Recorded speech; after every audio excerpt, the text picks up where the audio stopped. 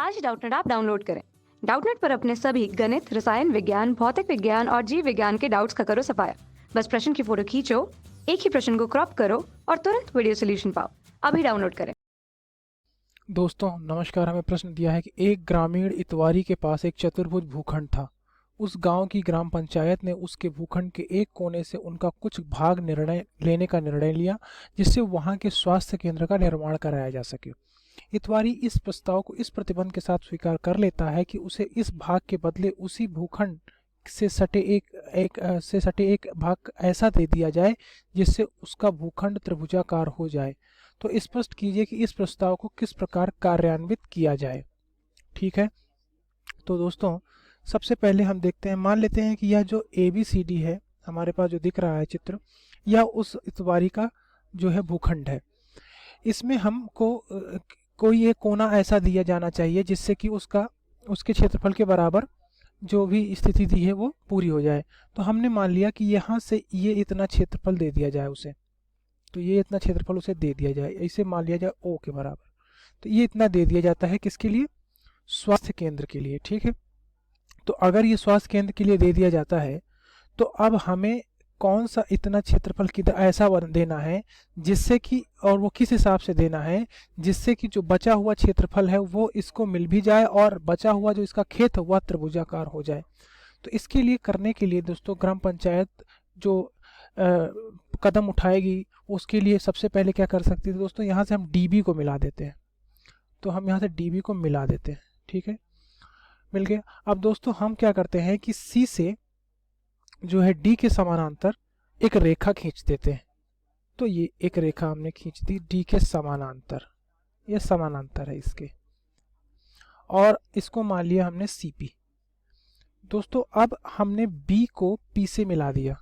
ठीक है, तो अब और वो इस तरह से कुछ मिलेगा दोस्तों, यहाँ से यही रेखा आगे जाएगी और यही इसको जाके यहाँ पर मिलेगी।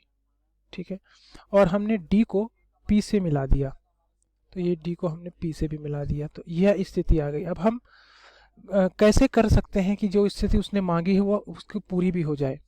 ठीक है, शुरुआत में उसके पास चतुर्भुज ABCD था, भूखंड ABCD था, उसमें से हमने ये जो भूखंड है ये हमने ले लिया। ठीक है, जो छायांकित कर रहे हैं ये स्वास्थ्य केंद्र के लिए ग्राम पंचायत ने ले लिया। अब उसको उतना बराबर का क्षेत्रफल देना है और इस तरह से देना है कि वह त्रिभुजाकार हो जाए। तो सबसे पहले उसने इस तरह से जो हमने अभी रचनाएं की उसने ग्राम पंचायत के लोगों ने की। अब हम देखते हैं दोस्तों BC के बारे में देखते हैं। सबसे पहले यहाँ से देखेंगे कि जो त्रिभुज BC, क्षमा कीजिएगा, यहाँ से BD के बारे में देखेंगे। दोस्तों BD अगर देखें तो यह आधार है किन दो त्रिभुजों का?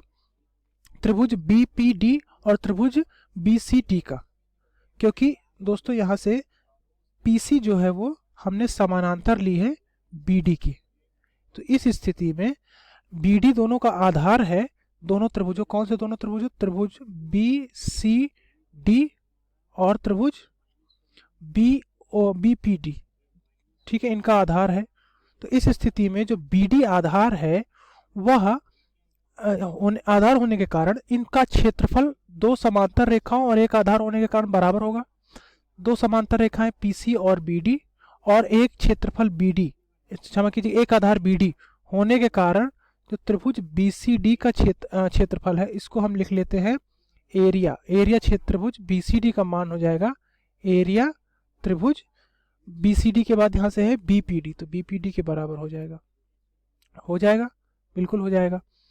अब दोस्तों आगे देखते हैं। तो दोस्तों यहाँ से अगर आप देखें तो BC, ये जो उभयनिष्ठ भाग है इसमें कौन सा है? BOD। इसको हम इससे घटा देते हैं। तो अगर हम क्षेत्रफल त्रिभुज BCD से क्षेत्रफल जो उभयनिष्ठ है त्रिभुज BOD या घटा देते हैं तो क्या मिलेगा हमें? ये मिलेगा हमें क्षेत्रफल त्रिभुज BPD और इससे घटेगा तो मिलेगा क्षेत्रफल त्रिभुज BOD। ये घटा दिया हमने। तो अब क्या बचा दोस्तों? यहाँ से बचेगा क्षेत्रफल त्रिभुज BOC बराबर क्षेत्रफल त्रिभुज DOP। तो ये जो मिल गया हमें, यानी यहाँ से मिल गया क्षेत्रफल त्रिभुज BOC बराबर हो जाएगा क्षेत्रफल त्रिभुज DOP के, ये मिल जाएगा। अब ये दोनों क्षेत्रफल बराबर, इससे ये तो पता चल गया कि बराबर क्षेत्रफल का त्रिभुज दिया जा रहा है। अब दोस्तों जो पहले उसका यहाँ से देखेंगे, अगर आप देखें इस चतुर्भुज में पहले उसका क्षेत्रफल कितना था, तो चतुर्भुज ए बी ओ डी, चतुर्भुज ए बी ओ डी ये चतुर्भुज है, और इसमें हमने बी सी ओ जोड़ दिया था, तो ये चतुर्भुज ए बी सी डी बना था। ठीक है, तो अब हम यहाँ से देखते हैं, अगर हम चतुर्भुज ए बी सी डी को देखें तो क्या लिख सकते हैं, यानी जो क्षेत्रफल है चतुर्भुज ए बी सी डी का वो क्या है, वो है क्षेत्रफल चतुर्भुज ए बी ओ डी, और उसमें हमने क्षेत्रफल जोड़ दिया है त्रिभुज सी ओ बी का, यानी बी ओ सी का, ये जोड़ दिया है। और अगर हम यही जो क्षेत्रफल त्रिभुज बी ओ सी है, ये चूंकि क्षेत्रफल त्रिभुज डी ओ पी के बराबर है, तो हम यहाँ पर इसको डी ओ पी रख सकते हैं। तो अगर हमने यहाँ पर रख दिया तो क्या मिलेगा, क्षेत्रफल चतुर्भुज ए बी ओ डी धन क्षेत्रफल त्रिभुज डी ओ पी मिल जाएगा। यहाँ से ये है क्षेत्रफल चतुर्भुज ए बी सी डी। ठीक है, अब चित्र में देखते हैं, चतुर्भुज ए बी ओ डी धन डी ओ पी। ठीक है, ए बी ओ डी धन डी ओ पी, ये क्या हो जाएगा, ये त्रिभुज ए बी पी के बराबर हो जाएगा। ये क्षेत्रफल और ये क्षेत्रफल मिलके क्या बना देगा, चतुर्भुज ए बी पी के, त्रिभुज ए बी पी के क्षेत्रफल के बराबर। तो इसे हम क्या लिख सकते हैं, ये हो जाएगा क्षेत्रफल चतुर्भुज ए बी सी डी या बराबर होगा क्षेत्रफल त्रिभुज ए, यहाँ से हो जाएगा ए बी पी के बराबर। ठीक है, ए बी पी। ठीक है, तो ये हो जाएगा क्षेत्रफल त्रिभुज ए बी पी के बराबर। तो इस तरह से यह ग्राम पंचायत इस कदम को उठाकर, इस तरह के कदम उठाकर उसको उसके क्षेत्र, उसके खेत को, अब उसका जो नया खेत हो जाएगा वो क्या हो जाएगा, ए बी पी हो जाएगा, और वो उसका जो क्षेत्रफल दिया गया तो उसके बराबर क्षेत्रफल भी मिल गया। ठीक है दोस्तों, इस तरह से यह हल हो जाएगा। आशा करता हूँ आपको समझ में आया होगा। कक्षा 6 से 12वीं से लेकर नीट, IIT, जेईई वो एडवांस के लेवल तक 1 करोड़ से ज्यादा छात्रों का भरोसा। आज ही डाउनलोड करें डाउटनेट ऐप या व्हाट्सएप करें अपने सारे डाउट्स 8400 400 400 पर।